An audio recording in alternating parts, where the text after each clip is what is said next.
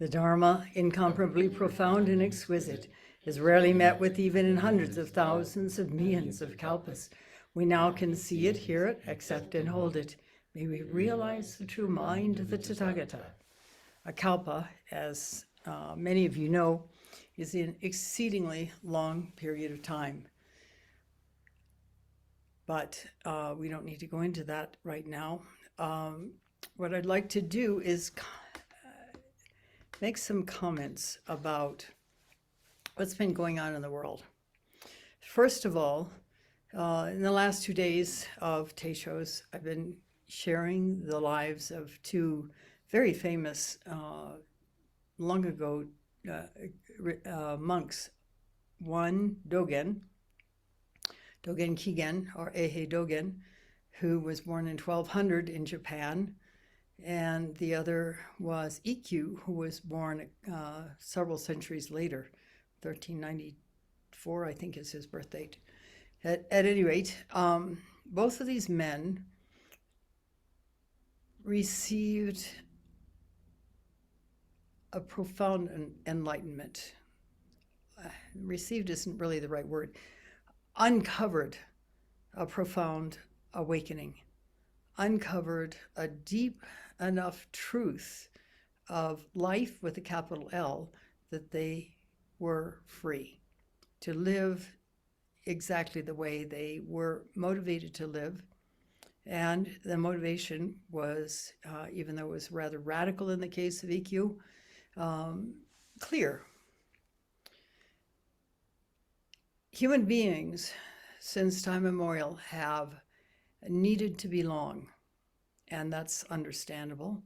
In fact, some cultural anthropologists feel it's actually genetic. It's built into our bodies to need to be part of the group, because if we weren't part of the group back in ancient times, our life was basically snuffed out rather rapidly, and so the only way to survive was in a group. Fast forward to the present time, and we have a lot of different groups. And right now, we have a lot of very challenging things going on in the world. Russia, in retaliation for the truck bombing of the bridge that connects Russia with Crimea, has really extended their attacks on Ukraine with missiles, and suddenly sent missiles to a number of Ukrainian cities, and did tremendous damage, targeting houses. And throughout this whole war, the Russians seem to have had a kind of a scorched earth policy. When Ukrainian forces have returned to Ukrainian territory after driving out the Russians, they found graves of 400, 500 people with obvious evidence that they'd been tortured before they were killed, and many buried with their hands bound behind their backs, and so on. It's a hell realm there right now. And now it appears that Russia has escalated the whole attack, which could plummet us into a third world war. At the same time, in the United States, we're getting ready for midterm elections. I was just reading that in Pennsylvania, the two candidates for governor, one is an observant Orthodox Jew, the other is a Trumpist, and has been attacking Judaism, is very pro-abortion, or anti-abortion, and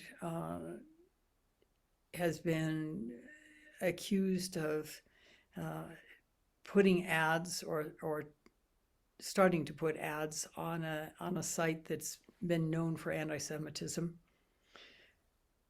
Wherever these people are running for office, no matter what state in general, very few of the opposing parties are putting it nicely. They're attacking other people on the grounds of race, of ethnicity, of values. Mastriano apparently has accused Shapiro in Pennsylvania of sending his kids to, quote, an expensive elitist school, where it's actually not. It just happens to be a day school for Orthodox kids. And it's apparently not an expensive one. But it's as if no holds are barred in these very troubled times. And that was started some time ago. Politics have never been nice, but they've gotten increasingly nasty over the years, and particularly now they're especially nasty. Inhuman, really. Attacking people in extremely derogatory ways, not expressing any level of compassion. And behind it is lots and lots of money as well. It seems that politics is based on whoever's got the most money. And the people who have the most money to give to politics are the ones that appear to be controlling what happens in politics. It's rather a grave situation. Those of us who are on the sidelines, except hopefully we will all vote, it's understandable if we're concerned about these things. The reason I brought up Ikkyu and Dogen, and I could also bring up Rinzai, Hakuin, many other Zen masters, as well as many other saints and highly realized people of spiritual practice in all the major religions. Zen doesn't really have a hold on enlightenment. It's happened in many different religions. What is at the basis of this is that there is a potential, a very real potential, for each of us to become truly free in such a way that no matter who wins, whatever races, no matter what happens, whether Russia unleashes nuclear weapons, for example, even in the midst of the suffering, we can be free. And this is not a hedonist kind of thing. This is a place where we can be so uncaught by the troubles that we are free to respond in the most empathetic, most compassionate, most appropriate, most helpful ways. In order to reach that point, we have to uncover it. And there are ways to do that. In our Rinzai Zen practice, of course, it's the extended out-breath. And it requires faith, determination, and a questioning of what we assume is reality. Faith is important because we're going to run into all kinds of places where we're caught in ideas, in assumptions, in being convinced of situations as being real, as being whatever, of investment, in particular, in what we call a self-image. This idea of who we think we are based on our experiences, our conditioning, our assumptions about what happens to us, and our reactions to what happens to us as we're growing up, determines a sense of self that unwittingly needs to be upheld, defended, that gets embarrassed, that gets upset. But behind this facade is something unbelievably free. And those spiritual masters of all the ages have uncovered that. And so can you. As I said, in the Rinzai system, we have the extended out breath coupled with an openness to possibility that we might not know everything we think we know, and that what we think we know might actually not be 100% accurate. And that if we reach far enough, long enough, and don't shy away from accepting the visceral experience of recognizing where we are caught in less than optimal behavior, less than optimal attitudes, less than compassionate living, if we persist regardless and offer ourselves this radical acceptance, meaning we don't have to like it, but if we feel it fully, let go of our ideas about it, but feel it in our body, that it goes a long way towards releasing the need to act out of those stuck places, as one person called it.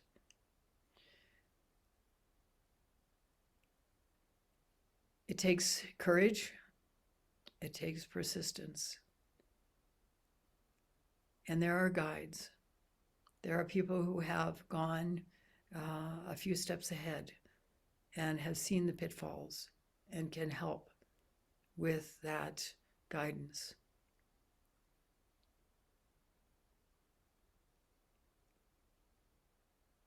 If you really want to become free, so that no matter what happens to you, you will still be able to function freely, joyfully, effortlessly, in exactly the most effective, positive directions, then you'll commit to doing this practice. And here again, I bring up Jacques Lucéran, who was blinded as a child in a school accident. And when the Nazis invaded Germany, he was in high school. And he and his high school friends, there was a group of buddies that used to go hiking in the mountains, actually. Even though he was blind, he still went hiking in the mountains. And they set up what became an enormous resistance group.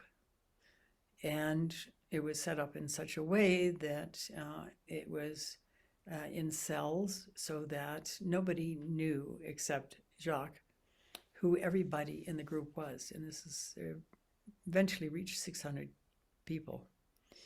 And one day they were found out. They were betrayed.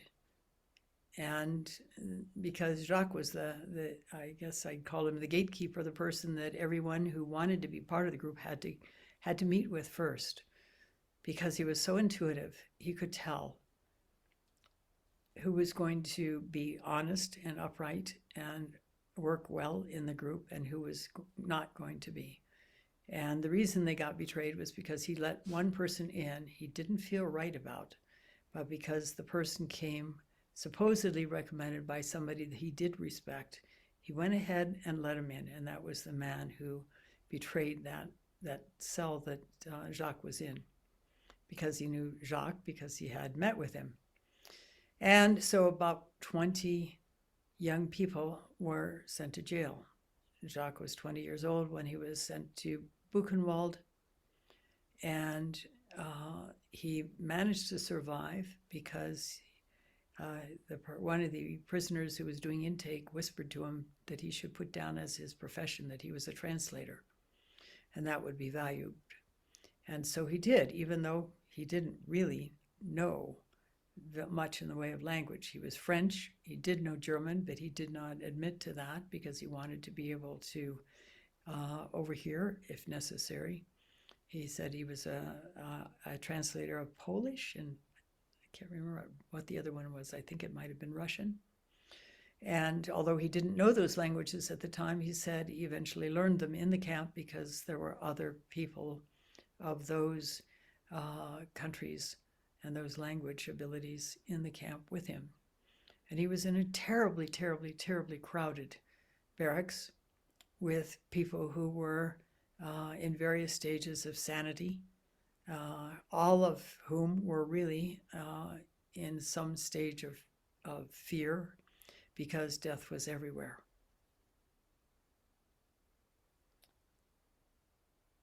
There were people who were being marched out and shot publicly.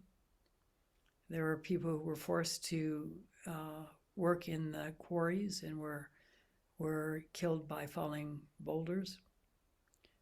There were people who were stabbed in the middle of the night by guards who were sadistic. There were people who were throttled by their fellow prisoners who had lost sanity and were out to do whatever they could to free themselves, including murdering other prisoners. So it was a constant threat. Every single minute. Did you dare to go to sleep? Or were you going to wake up dead? On top of that, the Nazis were underfeeding on purpose the prisoners, and they would get a crust of bread and a little soup. Not enough to really sustain a human being for long term. And because he was blind and because the other prisoners were desperate, they would steal his bread. So he had even less food than the rest of the prisoners did, than many of the rest of the prisoners. The prisoners in that prison block were all people that the Nazis felt did not deserve to live. And they were basically anybody who was not Aryan, anybody who was missing a body part, anybody who was blind or deaf, anybody who was mentally ill, anybody who was older than, I think it was 70, anybody who was had venereal disease, anybody who was gay. Everybody was stuffed into this barracks that would have been crowded at 400 people, and they were 1,000 in it. And finally, after 5 months, Jacques couldn't handle it anymore. The stress of it was getting to him, and he began to die.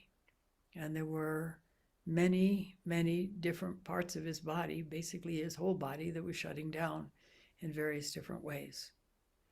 And 3 doctors, who were also prisoners in the camp, diagnosed him, but diagnosis didn't matter because he was dying. And so they carried him away to die.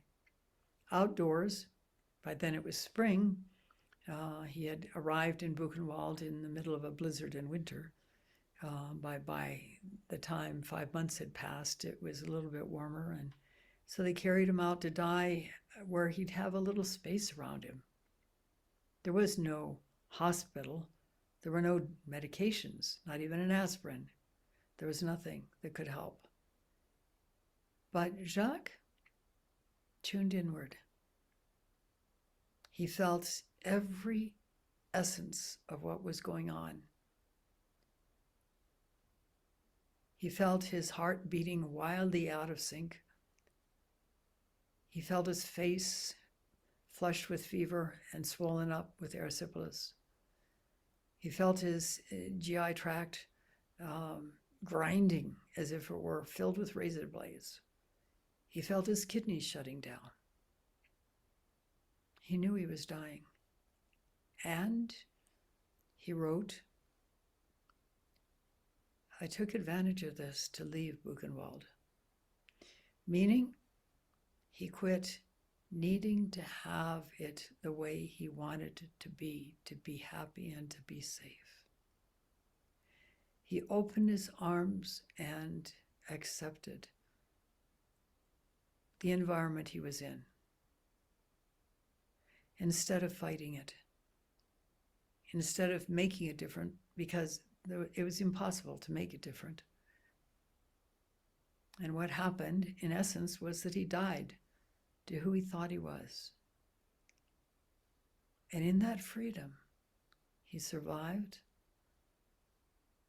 and he had let go so much, freed himself so much from his conditioning, his ideas of what he needed to be or have to be happy, that he found joy. It's a bizarre thing to say, But that's what he wrote. I found joy. And even though there were 11 more months in that camp before the Allies liberated it, that joy never left me. And we know about this because decades later, he had managed to become a university professor and was teaching, I believe it was in Hawaii in the United States, and still free, which testifies to the depth of his awakening. His students asked him how he got there, what happened. And so there is a book of that part of his life and his early life as well. He eventually married and had several children, but he and his wife were killed in a car accident when he was in his 40s. He was an amazing human being, but he was no different from any of the rest of us. Every human being has the potential to realize what he did.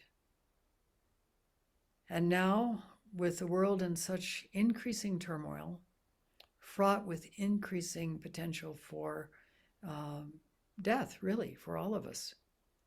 If Russia chooses to unleash nuclear weapons, what's going to happen? They're already trying to destroy Ukraine. The general in charge now is one known for having a scorched earth policy, and that certainly seems to what they've been doing since the beginning, actually. And all of Europe, where will they go next? And then across the world? And in the meantime, Korea is lobbing missiles over at Taiwan, and now talking about having undersea silos. And so it's a wonderful time to sink into what fear might be coming up, what anxiety might be there, and search for who you really are, beyond the facade of an idea, beyond the facade of a self-image, beyond the conditioning. Who are we really? The ancient masters, not limited to the Buddha, have all realized that profound awakening to the truth, and we can as well.